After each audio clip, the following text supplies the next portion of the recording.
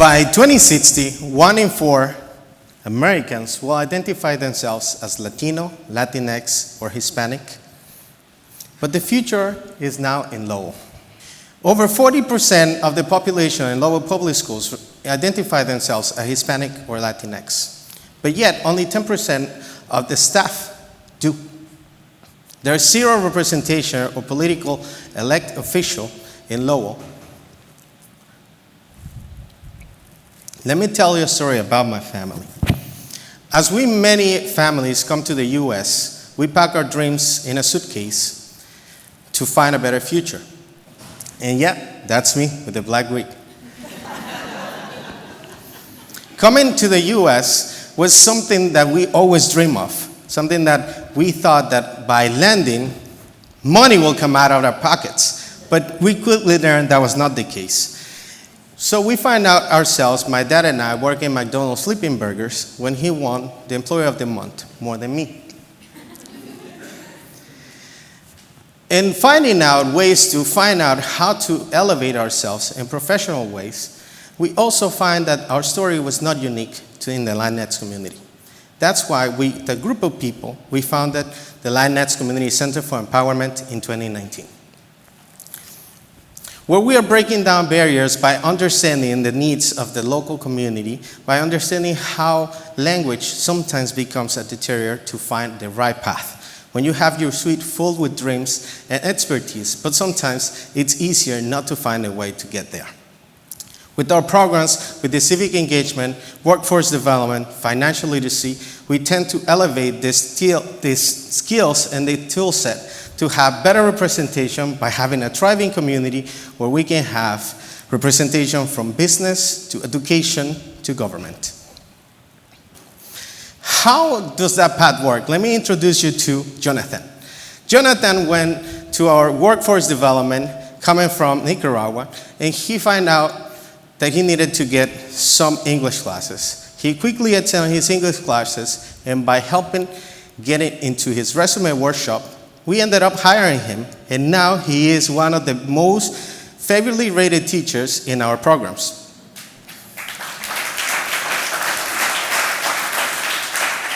By having a Latinx community civically engagement creates representation. This is why we try to strive for engagement so we can create representation that really understand the differences on the community. The Latino community is very diverse. It has 9 different countries where they spoke English, Spanish, Portuguese, and some indigenous languages. This is why we have people that come from democracies, that also come from dictatorships, and some are citizens and some are not. This is why we have this education that can help them understand political ballots as well as political races.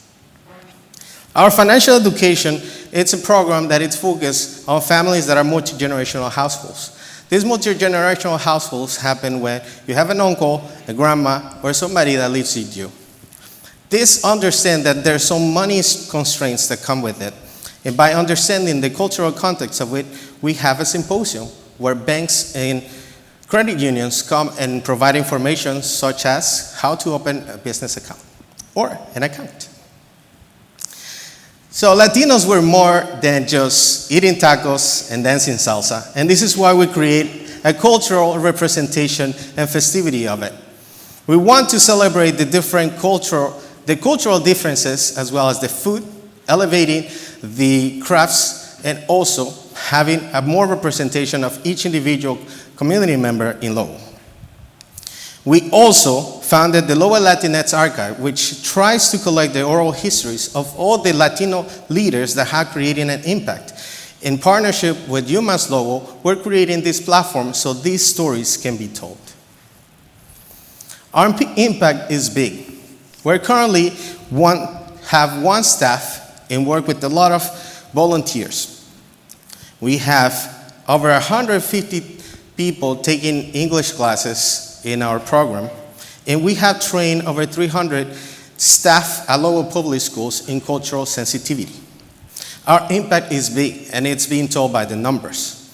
This is what our students are telling us. We have big goals and big dreams.